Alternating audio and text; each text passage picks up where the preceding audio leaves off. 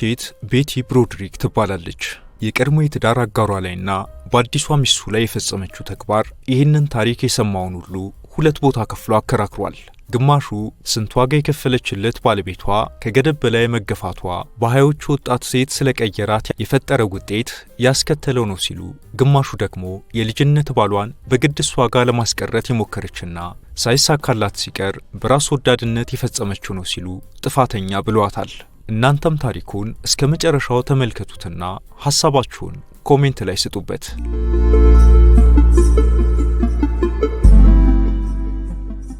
ነገሩ እንዲህ ነው። ጉዳዩ እንደ አውሮፓ አቆጣጠር 1989 ላይ ሲፈጸም ቤቲ ብሮድሪክ 41 ዓመቷ ላይ ነበረች። በኒውዮርክ በ5 ወንድሞችና እህቶች መሃል ያደገችው ቤቲ ብሮድሪክ ልክ በ17 ዓመቷ በማውንት ሴንት ቪንሰንት ኮሌጅ የመጀመሪያ ዓመት ተማሪ ነበረች።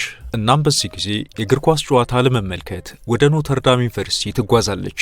በዚህ ጊዜ ነበር ልክ እንደሷ አፍላ ወጣት ከሆነው ዳን ብሮድሪክ ጋር የተዋወቁት። ቤቲ ብሮድሪክ እና ዳን ከ4 ዓመት የፍቅር ጓደኝነት ጊዜ በኋላ ጥንዶቹ ጋብቻቸውን ፈጽመው አብሮ መኖር ጀመሩ። 2 ሴት ልጆችንም ወለዱ። እዚህ ጋር ዳን ለባለቤቱ ቤቲ ብሮድሪክ አንድ ነገር አማከራት። የሕክምና ትምህርት መማር እንደሚፈልግ። ቤቲ ብሮድሪክም አበጀህ እሰየው ስትል ተስማማች። በዚህ መሰረት ዳን በኮርኔል ዩኒቨርሲቲ የሕክምና ትምህርት ክፍል ተመዘገበ። ይህን ትምህርቱንም ካጠናቀቀ በኋላ እንደገና አሁን ደግሞ ለነገ ሕይወታችን ጥሩ ነው፣ የሕግ ትምህርት መማር አለብኝ አላት። ቤቲ ብሮድሪክ አሁንም በሐሳቡ ተስማማች። የአሁኑን ለየት የሚያደርገው ግን ዳን የሕግ ትምህርቱን ለመማር ወደ ሃርቫርድ ዩኒቨርሲቲ መጓዝ ስላለበት ስራውን ያቆማል። ስለዚህም አጠቃላይ የቤታቸውንና የሁለት ልጆቻቸውን ወጪ የመሸፈኑ ነገር ሙሉ ለሙሉ ቤቲ ብሮድሪክ ላይ ይወድቃል። ቤቲ በዚህም ተስማምታለች። እንዲህ ከተስማሙ በኋላ ዳን የሕግ ትምህርቱን ለመከታተል ወደ ሃርቫርድ ዩኒቨርሲቲ ያቀና። ቤቲ ብሮድሪክ እንደምንም እያለች አጠቃላይ ወጪያቸውን ስትሸፍን ቆየችና ዳን የሃርቫርድ የሕግ ትምህርቱን አጠናቀቀ። ከዛም ሳንዲያጎ ከነበረው የራሳቸው ቤት ለቀቁና ዳን ለስራ በሚመቸው አካባቢ ተከራይተው ለሕክምና ስህተቶችና መሰል የሕግ ጉዳዮች የጥብቅና አገልግሎት የሚሰጥ ቢሮ ከፍቶ ስራ ጀመረ። ዳን በዚህ ስራውም እሱ ሲማር ቤቲ ብቻዋን ተሸክማ የቆየችው የኑሮ ጫና ቀለለላት። ዳን ስራው ይበልጥ እየተሳካለት ሄደ። የሚውላቸውም ሰዎች ደረጃ በዛው ልክ ከፍ አለ። አጭር በሚባል ጊዜ ውስጥም የዳን የሕግ ቢሮ ስራ በሚሊዮን የሚቆጠር ዶላር ማስገባት ጀመረ። እናም ዳን እዚህ ጋር ነበር የጸባይ ለውጥ የጀመረው። 4 ልጅ ከወለደችለት በፍቅር 4 ዓመትና በትዳር 16 ዓመት አብራው ካሳለፈችው አይኑን ከልጅነት ሚስቱ ላይ አንስቶ ረዳቴ ሲል የቀጠራት ሊንዳ ኮልኬናን የተባለች የ28 ዓመት ወጣት ላይ ያደረገ።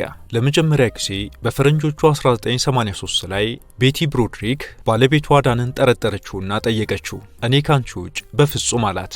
ሆኖም የምታይበት ሁኔታዎች ጥርጣሬዋን በጨመሩት ቁጥር እሷም ጥያቄዋን ስትደጋግምበት አንቺ የመጠራጠር የስነ ልቦና ቀውስ ገጥሞሻል እንጂ እኔ ጋር ምንም የተለወጠ ነገር የለም ሲል የስነ ልቦና ቀውስ እንዳለባት ደግሞ ደጋግሞ ይነግራት ጀመር። በኋላ ላይ ቤቲ ብሮድሪክ በራሷ መንገድ አጣርታ ጥርጣሬዋ ሁሉ እውነት መሆኑን ስትደርስበት ራሷን መቆጣጠር አቅቷት የዳንን ልብሶች ሰብስባ ውጪ በማውጣት በሳት አነደደቻቸው። ይህኔ ዳን ቤቲ ብሮድሪክን እስከነ ልጆቻቸው እዛው የተከራዩበት ቤት ትቷት ከዚህ በፊት ሲኖሩበት ወደ ነበረው የሳንዲያጎ ቤታቸው ተመልሶ ሄዶ ገባ። ይሄ ሁኔታው ግራ ያጋባት ቤቲ ብሮድሪክ አንድ ቀን በቀጥታ ዳን ወደ ከፈተው ቢሮ ሄዳ ልታዋራው እንደምትፈልግ ነገረችው። ዳን ግን አሁን እሷን ማውራት እንደማይችል ገለጸላት። ቤቲ ደግሞ ልታዋራኝ ይገባል ስትል መከራከሯን ቀጠለች። ይህኔ ረዳቴ ብሎ የቀጠራትና ድብቅ ፍቅረኛው የ28 ዓመቷ ሊንዳ ለምን ፖሊስ ጠርታ አታስወስዳትም እየረበሸችን ነው ስትል ጮኸች። እናም ዳን ቤቲ ብሮድሪክን በሴኩሪቲ ያስባረራት። ይህ ሲሆን ቤቲ ብሮድሪክ ወደ ቤቷ ሄዳ ራሷን ልታጠፋ አስባ ደጋግማ አመንትታ ተወችው። ዳን ወዲያውም ለፍርድ ቤት የፍቺ ማመልከቻ አስገባ። የፍርድ ቤቱ ሂደት እስኪቋጭ በነበረው ጊዜ ውስጥ ቤቲ ብሮድሪክ የዳን ክህደት ራሷን ከማዞሩ የተነሳ በቀጥታ ሳንዲያጎ ወዳለው ወደሚኖርበት ቤታቸው በመሄድ የቤታቸውን ግድግዳ በቀለም ማበላሸትና ስራዬ ብላ ተሸክማ በሄደችው ኬክ የሚለብሳቸውን ልብሶች ሁሉ አበለሻሽታ መምጣት ጀመረች። በዚህ የተነሳም ዳን የቤቱን ቁልፎች ለመቀየር ተገደደ። ቤቲ ብሮድሪክ ከዳን ጋር በገባችበት የህግ ክርክር አንደኛ እሱ ራሱ የህግ ባለሙያ ነው። በሁለተኛ ደረጃም እጀረጅም ሰዎችን ያውቅ ስለነበር በፍርድ ቤቱ ክርክር በብዙ እየተበለጠች ቤቲ ከመጮ ሌላ ጉልበት አልነበራትም። በመጨረሻም ፍርድ ቤቱ በውሳኔው ሁሉንም ልጆቻቸውን የማሳደግ መብቱን ለዳን ሰጠው። ቤታቸውም ከቤቲ ብሮድሪክ ፍላጎት ውጪ እንዲሸጥና አብዛኛው ገንዘብም ለሱ ሆነ። ከዛ በኋላም ሊቋጭ ባልቻለው የንብረት ጥያቄ ላይ ቤቲ ብሮድሪክ ዳን በቢሮ ስራው ሲያገኘው ከነበረው በሚሊዮኖች ገቢ ላይ የሚገባትን ትክክለኛ ድርሻ እንዳላካፈላትና ገንዘቦችንም እንደሰወረባት ከሰሰችው። ሆኖም ዳን በፍርድ ቤት አካባቢ በነበረው የከበረ ስምና ተጽዕኖ ጥያቄዎቿን ሁሉ ፍሬቢስ አደረገባት። ዳንና ቤቲ ብሮድሪክ ከ16 ዓመታት የጋብቻ ቆይታ በኋላ በ1985 በይፋ ተፋቱ።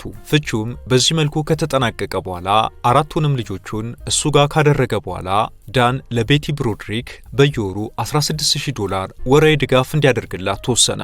ከዛ በኋላ ዳን በይፋ ረዳት ብሎ የቀጠራትን ወጣቷን ሊንዳ ኮልኪናን አግብቶ አዲስ በገዛው ቤት ከነ ልጆቹ አብሮ መኖር ጀመሩ። በወላጆቿ ቤት ከ5 እህትና ወንድም ጋር ያደገችው እንዲሁም ስታገባ ደግሞ ከባሏና 4 ልጆቿ ጋር ዋጋ ከፍላ የኖረችው ቤቲ ብሮድሪክ ብቻዋን አውላላ ሜዳ ላይ ቀረች። በህይወቷ ላይ ተስፋታ በብስጭት መኖር ጀመረች። በየወሩ ከዳን የምታገኘው $16,000 እንዴት እንደሆነ ባታውቀውም ከወር ወር አያደርሳትም። ልጆቿን በስልክ ለማግኘት ስትሞክር ስልኩ አንዳች ነገር በመደረጉ አይሰራም። ቤቲ ብሮድሪክ አንዳንዴ ድንገት ብድግ ብላ መኪናዋን ወደ ዳን አዲሱ ቤት በመንዳት ትሄድና ግቢው ውስጥ ገብታ ብዙ በስድብ የተሞሉ ጽሑፎችን ትታ ትወጣለች። ምንም እንኳን ዳን በየወሩ $16,000 ወራዊ ክፍያ ቢሰጣትም ቤቲ ብሮድሪክ ስንት ዋጋ የከፈለችለት ትዳር ፈርሶና ከምትወዳቸው ልጆቿ ተለይታ መኖሩ በህይወት እንዳለች እንዲሰማት አላደረጋትም። ለሷ ከባለቤትና ልጆቿ ጋር የነበራትን አብሮነት የሚተካላት ምድር ላይ አልነበረም። እናም ለአንዳች አይምሮ እክል እንደተጋለጠች በግልጽ በሚያሳይ መልኩ ዳን ከአዲሷ ሚስቱ ሊንዳና ልጆቹ ጋር ወደሚኖርበት ቤት እየሄደች መሳደብና ግቢ ውስጥ በመግባት አንዳንድ ጥፋቶችን እያጠፋች መውጣት ጀመረች። በዚህም ዳን ቤቲ ብሮድሪክን ሊቆጣጠርበት የሚችልበት መፍትሄ የመሰለውን ዘዴ ዘረጋ። ይሄም ወደ ግቢ ገብታ ጥፋቶችን ስታጠፋ በየወሩ ከሚያደርግላት ወራዊ ድጋፍ $100 ሊቀንስባትና አልፋ ተርፋ ደግሞ ወደ ቤት ከገባች $500 እንደሚቀንስባት አሳወቃት። ይሄ ቅጣት ግን ለሷ ምኗም አልነበረም። በዚህ መልኩ ቤቲ ብሮድሪክ ከባለቤቷ ዳን ጋር በይፋ ፍቺ ከፈጸሙ 3 ዓመታት ተቆጠሩ። ታዲያ እነዚህ 3 ዓመታት ለቤቲ የማይገፉ የባዶነት የመከራ ጊዜያት ነበሩ። በሌላ በኩል ዳንና አዲሷ ሚስቱ ሊንዳ በምቾት የተንደላቀቀ ኑሯቸውን እያጣጣሙ ነው። ቤቲ ብሮድሪክ በዚህ ወቅት በውጪ ከልጆቿ ጋር የምትገናኝበት ወቅት ነበር። እናም አንድ ቀን ቤቲ የዳንና ሊንዳን መኖሪያ ቤታቸውን ቁልፎች ካንዱ ልጇ ላይ አዘናክታ ወሰደች። እናም እንደ አውሮፓ አቆጣጠር ህዳር 5 1989 ጧት ቤቲ ብሮድሪክ በሳንዲያጎ ወደሚገኘው የዳንና ሊንዳ መኖሪያ ቤት መኪናዋን አስነስታ ሄደች። ከዛም ከልጇ ላይ በወሰደቻቸው ቁልፎች የዋናውን ቤት ከፍታ ገባች። ከዛም በቀጥታ ወደ ዳንና ሊንዳ መኝታ ክፍል አመራች። ጊዜው ገና ጠዋት በመሆኑ ዳንና ሊንዳ አልጋቸው ላይ እንደተኙ ነበር።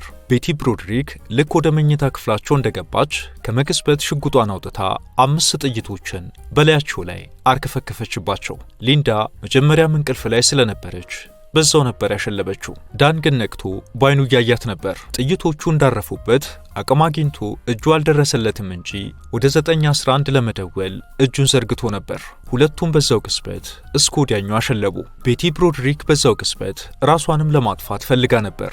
ግን በእልህ ደጋግማ የተኮሰቻቸው ጥይቶች ከሽጉጧ ውስጥ አልቀው ስለነበር ያንን ማድረግ አልቻለችም። ከዛ በኋላ ምንም አይነት ጸጸት ሳይነበብባት ራሷንም ለመሰወር ጥረት ሳታደርግ በቁጥጥር ስር ዋለች። ከዛም ጉዳዩ በፍርድ ቤት መታየት የጀመረው ቤቲ ብሮድሪክ 1990 ላይ ዳኞቹ ለመጨረሻ ውሳኔ ቢቀመጡም በውሳኔው ላይ እርስ በርስ መስማማት ባለመቻላቸው ሁለተኛው ዙር የፍርድ ቤት ክርክር ቀጠለ። በሁለተኛው የፍርድ ሂደት በታህሳስ 1991 ላይ ቤቲ ብሮድሪክ ከ32 ዓመት እስከ ዕድሜ ልክ እስራት በሚል ተፈረደባት። ይህም ማለት በይቅርታ ብትለቀቅ እንኳን ከ32 ዓመታት በኋላ እንጂ ከ32 ዓመታት ወዲህ የመፈታት እድሏ ጠባብ ነው እንደማለት ነው። ብዙዎችን ያስገረመው ነገር ቤቲ ብሮድሪክ ይህ ፍርድ ሲተላለፍ ሲተላለፍባት ያለምንም ጸጸት የታየች ሲሆን በተደረገላት ቃለ መጠይቅም ባደረገችው ነገር አንዳች ጸጸት እንደማይሰማት ገልጻለች። ቤቲ ብሮድሪክ እንዳለችው በሕይወቴ አንድም ቀን የሰው ሕይወት አጠፋለሁ ብዬ አስቤ አላውቅም። አሁን በተፈጠረው አዝናለሁ፣ ግን ለዚህ ሁሉ ያበቃኝ ራሱ ዳን ነው ስትል ሟች የቀድሞ ባለቤቷን ተጠያቂ አድርጋለች። በተላለፈባት ፍርድ ላይ ምን እንደተሰማት የተጠየቀችው ቤቲ ስትመልስ ፍርዱ ብዙም እንዳላስገረማት ገልጻ ዳኞቹ ቁልፍ የተባሉ ማስረጃዎችን ለመቀበል ፍቃደኛ ለመሆናቸውና በጠበቃዋ የብቃት ማነስ ምክንያት ጉዳዩዋ በደንብ እንዳልታየ እንደሚሰማት ገልጻለች። ሌላው የሕግ ክርክሩ እዛው በሳንዲያጎ መታየቱ ዳን በአካባቢው ላይ ካለው ታዋቂነትና ተቀባይነት አንጻር ትክክለኛ ፍትህን አገኛለሁ ብላ እንደማትጠብቅም ተናግራለች። ቤቲ ብሮድሪክ በዚህ መልኩ እስር ቤት ከገባች በኋላ በክፉ ቀን አባታቸውን በሞት እናታቸውን በእስር ያጡት የሁለት ሴትና የሁለት ወንድ ልጆቻቸው ዕጣ ፈንታ ሌላው ትኩረት የሳበ ጉዳይ ነበር። ሴቶቹ 18 ዓመት ስለሆናቸው በራሳቸው እንዲኖሩ ሲደረግ ሁለት ወንድ ልጆቻቸው ግን የአባታቸው ዳን ወንድም የቀድሞ ሚስት ልታሳድጋቸው ሕጋዊ ኃላፊነቱን ወሰደች። ቤቲ ብሮድሪክ እስር ቤት ሆና የተወሰኑ ልጆቿ ጋር ጥሩ ግንኙነት እንዳላት ገልጻ ነበር። ልክ ከ14 ዓመታት በኋላ 2010 ላይ በእናታቸው ጉዳይ ሐሳባቸውን የሰጡት ልጆቿ ሁለቱ አሁንም እናታቸው በይቅርታ ብትለቀቅ እንደሚወዱ ሲናገሩ፣ ሁለቱ ግን ፍርዷን ሳትጨርስ መውጣት የለባትም ሲሉ ሐሳባቸውን ሰጥተዋል። በእርግጥም ሴትዮዋ በፈጸመችው ነገር ባትጸጸትም ልጆቹ ያሳለፉትን ስቃይ በማሰብ ግን ባደረግኩት ነገር ውስጤ ታሟል ትላለች። አሁን እኔ በእስር ቤት በርካታ ዓመታትን እያሳለፍኩ ነው። ልጆቼ ያለ እናትም ያለ አባትም ቀርተዋል። ይህን ሁሉ የፈጠሩት ደግሞ ውሸት፣ አለመታመን፣ ስግብግብነትና ግዴለሽነት ናቸው። ሆኖም የሆነው ሁሉ መፈጸምና መሆን ያልነበረበት አሳፋሪ ነው ብላለች። ቤቲ ብሮድሪክ ከእስር ቤት በይቅርታ ብትለቀቅ ጽኑ ፍላጎቷ ነው። ይህም ለራሷ ምቾትን ፍለጋ ሳይሆን ከልጆቿ ጋር ያላትን ግንኙነት ለማሻሻል ነው። በእስር ቤት ባሳየችው መልካም ጸባይ 2010 ላይ በይቅርታ የመለቀቅ ዕድል ቢኖራትም ፍርድ ቤቱ ግን ጥያቄዋን ተቀብሎ አላጸደቀውም። ምክንያቱ ደግሞ በወቅቱ በኃላፊነት ላይ የነበሩት የይቅርታ ኮሚሽነር ልብሽ አሁንም መራራ ነው፣ አሁንም አልተጸጸትሽም ሲሉ ነበር ይቅርታውን የነፈጓት። 79 ዓመቷ ላይ የምትገኘው ቤቲ ብሮድሪክ አሁንም በእስር ላይ ትገኛለች። የ54ና የ55 ዓመት ዕድሜ ያላቸው ሊ እና ኪም የተባሉ ሴት ልጆቿ በኦሃዮ ሲኖሩ ኪም ከተባለችው ሁለተኛ ልጇ በስተቀር ሌሎቹ ራሳቸውን ከሕዝብ እይታ ሰውረው የሚኖሩ ናቸው። ሁለተኛ ልጇ ኪም ግን የእናቷ ታሪክ ላይ የሚያተኩር ቤቲ ብሮድሪክ ማይ ማም የተሰኘ መጽሐፍ 2014 ላይ በማሳተም ለንባብ አብቅታለች። በእስር ቤት 26 ዓመታትን ያሳለፈችው ቤቲ ብሮድሪክ በ2017 የይቅርታ ጥያቄዋን ብታቀርብም ተቀባይነት አላገኘም። በዚህም የተሰማትን ስትገልጽ በይቅርታ ሊያስፈቱኝ የሚችሉትን ሁሉንም መስፈርቶች አሟልቻለሁ። በዚህም 2010 ላይ መፈታት ሲኖርብኝ አሁንም እስር ቤት በመገኘቴ እኔ ከዚህ በኋላ የወንጀል ታሳሪ ሳልሆን የፖለቲካ እስረኛ ሆኛለሁ ካለች በኋላ የይቅርታ አዋጁን የሚጥሱበት ምንም ምክንያት የላቸውም ስትል በፍርድ ቤቱ ውሳኔ ላይ ያላትን ቅሬታ ገልጻለች። ቤቲ ብሮድሪክ ከዚህ በኋላ በይቅርታ ልትለቀቅ የምትችልበት ጊዜ እስከ 2032 ድረስ ሊርቅ እንደሚችል የተገለጸ ሲሆን ምናልባት የምታሳያቸው የጸባይ ሁኔታዎች እንደ ይቅርታ ኮሚሽኑ ፍቃድ ከሆነ ከዛ ወዲህ የመውጣት ዕድል ሊኖራት እንደሚችል በእሷ ጉዳይ ላይ የተጻፉ ዘገባዎች ያሳያሉ። የቤቲ ብሮድሪክ ታሪክ እስካሁን በመጽሔቶችና ጋዜጦች እንዲሁም ራዲዮና ቴሌቪዥኖች ላይ ሰፊ ዘገባ ከማግኘቱም ባለፈ በዶክመንተሪዎች በመጽሐፍና ወደ ፊልምም ተቀይሮ ለእይታ በቅቷል። አብራችሁን ስለቆያችሁ እናመሰግናለን። ላይክና ሰብስክራይብ በማድረግ እንዲሁም የተሰማችሁን ኮሜንት ላይ በማስፈር አጋርነታችሁን እየጠየቅን በዚህ ጉዳይ ላይ ቢሰራ የምትሉት ቢኖር ሁሌም ዝግጁ ነን። የዛሬውን አበቃን። በያላችሁበት ሰላም።